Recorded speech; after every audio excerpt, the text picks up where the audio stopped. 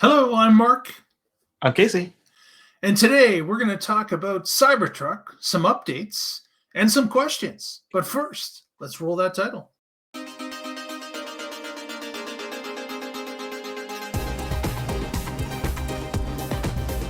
You're watching the Tesla Life Express. Hey Almost missed it. everyone, thanks so much for joining us. We've got an interesting few topics for you today about Cybertruck. And of course, I'm going to let Casey start this one off because it's something that's near and dear to his heart. And that, of course, is the extended battery for the Cybertruck and what information we just received. So the extended battery for the Cybertruck has been delayed again. It was looking at next year, and now we're looking at later next year instead. And I don't think the price changed, but Something else changed. Yeah, the range did. It's not going to get you closer to that 500 mark like we used to. Have been told. And now it's going to be a much more conservative number. I'm hoping that either that's because they gave you back more of the bed, or that they're just under promising for once, instead of like on this truck they've had a couple cases of over promising, and it's not their typical way, unfortunately. No, it's not, and it's kind of disappointing. We had wanted to get to that 500 miles initially when the vehicle came out. Which of course we didn't get there on the initial. And of course, Tesla's solution was to offer this new separate battery pack that could be purchased that would promise to give you 470 miles instead of the 500.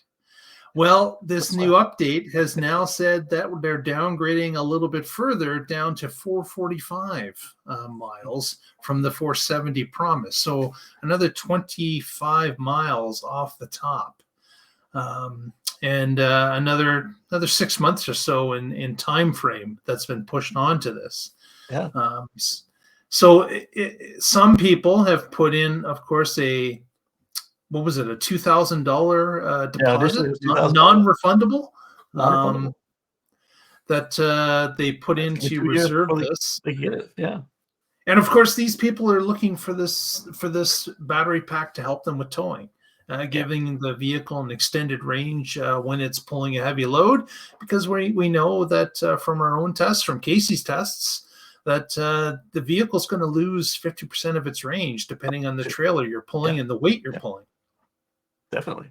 And that was another thing that got me right there is as they this leads into another thing we're going to discuss, so we'll just kind of intertwine them.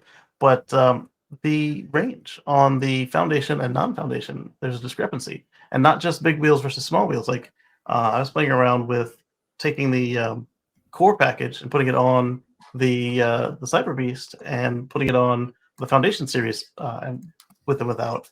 I can go look at the video. I didn't screenshot it, but I can go look at the video and compare them. And the foundation series, as they were overlapped, where you could get both, foundation series was getting more miles on a charge. The speculation that maybe the non-foundation is getting the dry cathodes, similar to how the first Model Ys with the 4680s actually got less range than the Model Ys with the 2160s. Right. But they haven't changed the expected mileage on the website, I believe. That hasn't changed.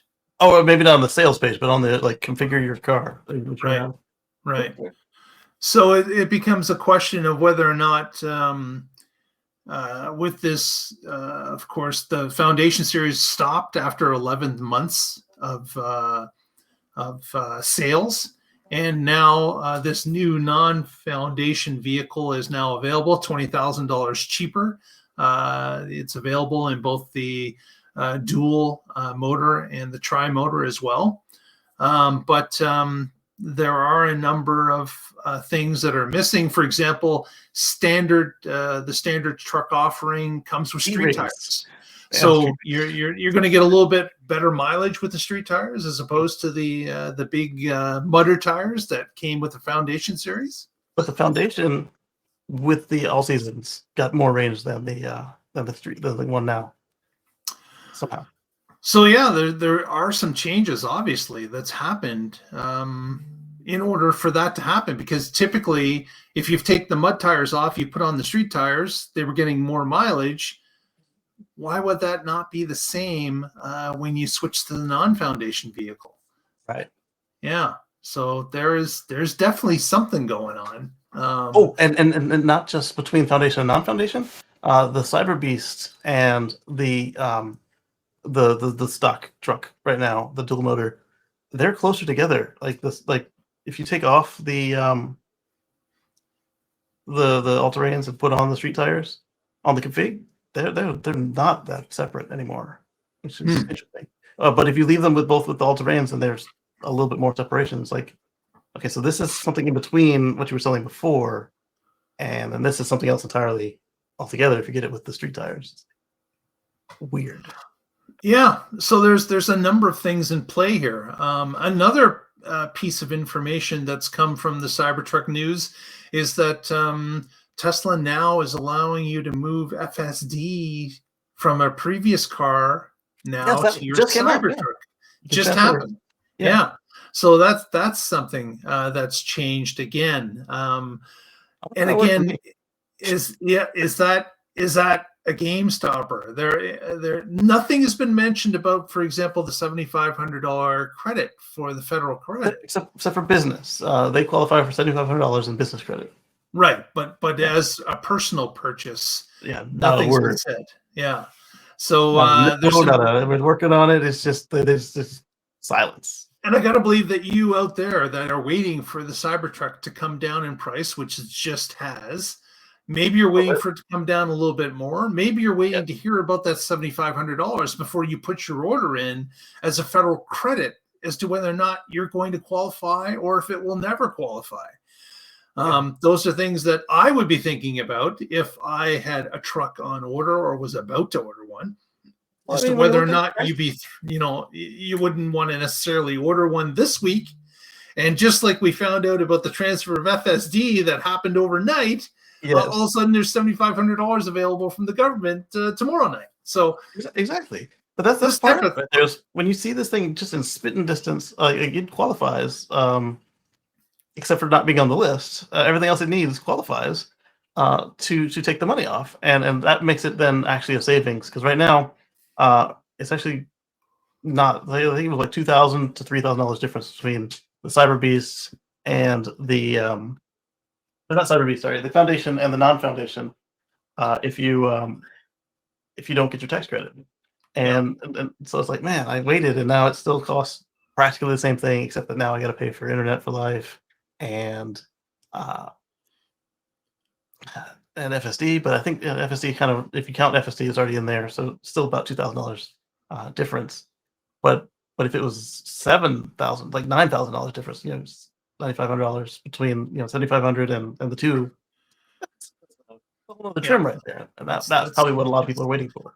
Yeah, and that is maybe what's driving the other piece of news is that Tesla, of course, had this 2 million reservations of the Cybertruck. Again, not difficult to get to when you have a compelling vehicle that initially you were offering for $49,000. And on top of it, you only asked for $100 refundable deposit.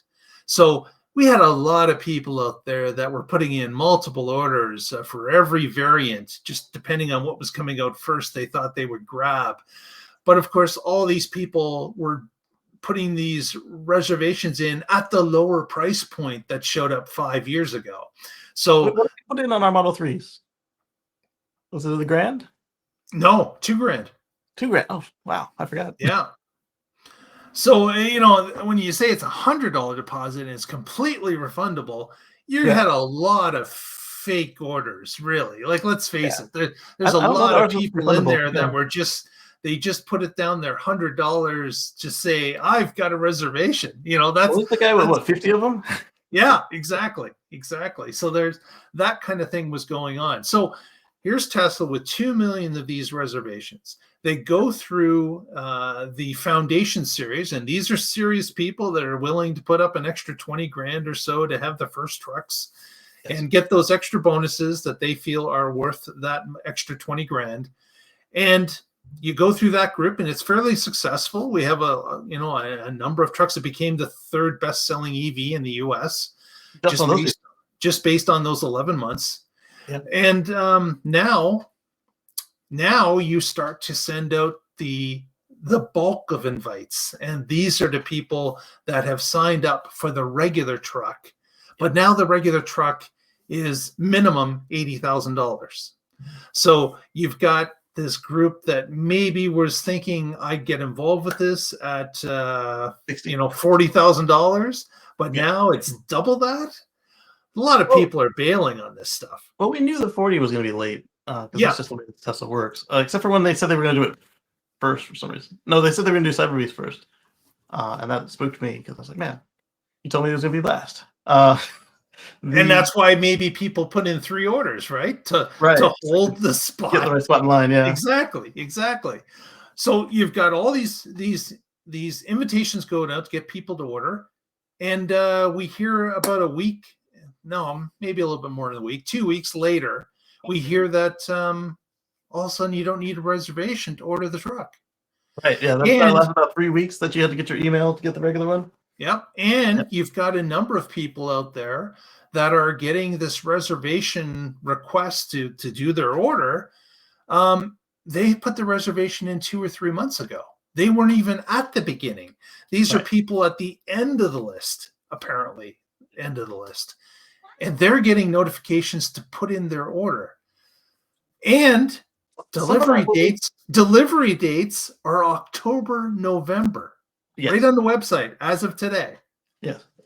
Yeah, so regional, like if you're close enough to the delivery points, they're trying to push quarter end already, but not necessarily in Canada. Canada, they gave you guys 2 weeks to get your foundation series in.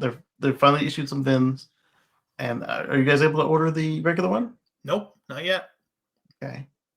And Mexico got their foundation series, or at least had a party for it, like a week and a half ago, 2 weeks. We haven't had anything delivered in Canada yet. People have gotten VIN numbers, but no trucks have arrived yet. So they're about to arrive any day. Yeah, I don't know the ones in Mexico actually have the trucks, but there was the trucks were there and there was a party. Whatever stage that's in. I have a feeling that it has a lot to do with this push to get as we found out on the earnings call the other day, they just got to profitability on it in under a year. Yeah. But I have a feeling that the way that everybody's budgets are shaping up right now, it's impressive that it's the best-selling EV pickup and it's the 3rd best-selling EV in the US. But where will this go? It's interesting to see how it's going to play out because we got a lot of people, and it's not just 1 or 2 people. There's a lot of people on the internet saying, I got my reservation responded to. I can now order it. But you know what? I don't have the deposit, or I don't have the money, or I'm waiting for the 7,500 to see what's going to happen with that. Or I was hoping the price would come down just a little bit more.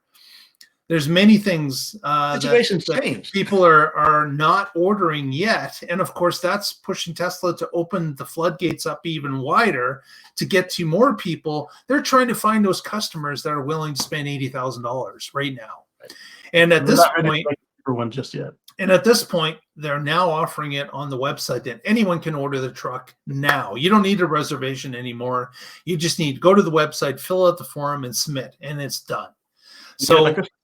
So yeah, and again, delivery dates November, December. So that where does this go? How many of those people are out there if they've gone through the 2 million reservation list and now they've opened it up just to the general public to order your truck? It'll be interesting to see how this happens. I certainly would hope that Tesla's watching. They watch their numbers more than anybody else because of course they have all the data. They know exactly what's being sold, not being sold, how long it takes. All that information is right in front of them at all times. To the minute. Yeah, exactly. So it'll be interesting to see how they react because of course this could be an issue if more and more people just sit on the outside going, well, I'm at least waiting for the $7,500 information. I'm not going to put in an order until I know that. And that may force Tesla to maybe drop the truck by $7,500 to bring in those people. That might be something that they would look at. Or, of course, work with the regulatory commission to get it added to the list, or at least give clarity to the people and say, we're going to have it on the list within the next couple months, or something along those lines. I think they've sort of Osborne themselves a little bit because it didn't have FSD for most of its life. It just got it, last month? Not Yep. even, we're talking about 2.5, 3 weeks it's had FSD. Yep. And once you've gotten used to just any level of FSD, that's a fun car to drive, this, that, and the other, but do I want to take a 3-hour slog on the highway without autopilot now? No. You see me complaining when I'm towing a trailer because it turns off autopilot. Yeah. And then they did get it, but then once they got it, now all of a sudden the regular ones are starting to come out, and the question about the sales, the tax relief, and in addition to everybody's life has changed in the last 3 years, and so it's going to be interesting to watch this play out. I think that they'll have some more trickling in of the reservations as we get closer to figuring out what's going on with the tax situation. Hopefully they find out before December, and I bet you they'll be on back order again. They've got the FSD handle, they've got the FSD transfer. If you didn't reserve early enough to get the $1,000 off of that, if you had a foundation series, it came with FSD, but you also kind of paid for it. This is going to be interesting to watch for the next couple of years. But back to the point about Tesla's got up to the minute data. The others, they have to wait a month to get accurate data. They do get at the end of the night, some of them, and some of them at the end of the week, but it's not the full picture. Well, the other thing is, we on the outside, we're going to have a little bit of a view into this because we're going to be able to see on their website about delivery times. If the delivery times get added to, if the November, December pushes into next year or Q1 of next year, then we're knowing that Tesla's getting the response. Those trucks are being ordered because it's pushing the delivery date out further because that's capacity. They only can build so many, and that just adds to a backlog, which pushes delivery dates out.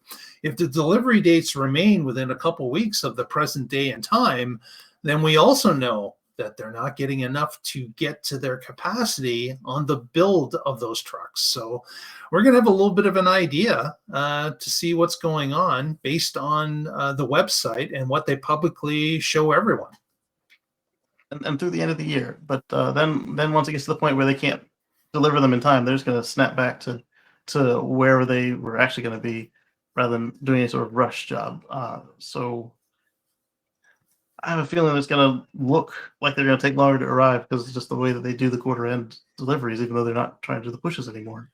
We're going to see when it's too late, so like probably on December 29th or something, depending on that last weekday, I think we'll start to see the delivery time start to go back to normal, other than the ones they can just rush across the country.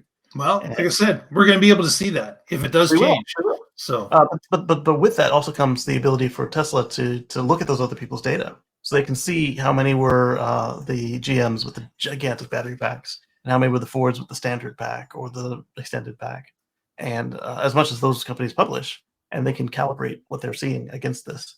Not that they have different packs yet on Cybertruck, they probably will, but they can decide what their mix is going to be for Cyber Beasts or dual motors, and when it's going to be finally time for them to have to do the single motor, because I really think that Tesla doesn't have to worry about the competition here. I think they've got the market. Well, they don't have to, but they'll use the data to their advantage. No, they'll see what the others are selling, but Yeah. I think that this is Tesla's game to massage the data, to look at how much their customers are willing to pay or why they're willing to wait. Yes. And if they can solve that, maybe by leaving it, say, guess what? Next year, Q1, you can get the tax credit. Now that will Osborne them for 3 months, until that actually shows up on the list. But I gotta believe they're working hard trying to get that added to the list if it's possible, or clear the hurdles in order to get it on that list, and that'll be their priority one, I believe. because they already did business, and it seems to do everything else. So they just proving there's not a Chinese battery, or Yeah, what's the deal there? that's it. That's the other thing that we don't know. What is the battery actually made of? We know where it's made, Yeah. but what are the materials? What are the 40% of materials in that battery? So It could be too much. That's a good point too. exactly. Interesting. But I want to ask you, watching out there, if you've ordered a Cybertruck, are you waiting? What are the concerns that you see? Put it in the comments. Would love to see what you think about this particular situation and how it's affecting your order or lack of order. So let us know in the comments. And with that, Casey, what do you got to tell the people at the end of the show? Right. So catch me on this weekend over at youtube.com/KCGreen, and we'll have a show called Just Chatting with Casey and Friends. That'll be about 1:10 Eastern, 1:10 p.m. Eastern on Sunday, and then come back here on Monday for the other edition of the Tesla Life Express, and then on Wednesday you can catch us live again. Perfect. Thanks so much, everyone, for joining us. If you haven't already, give us a thumbs up, press that subscribe button, help us out, and we will talk to you next time on the Tesla Life. On the flip side.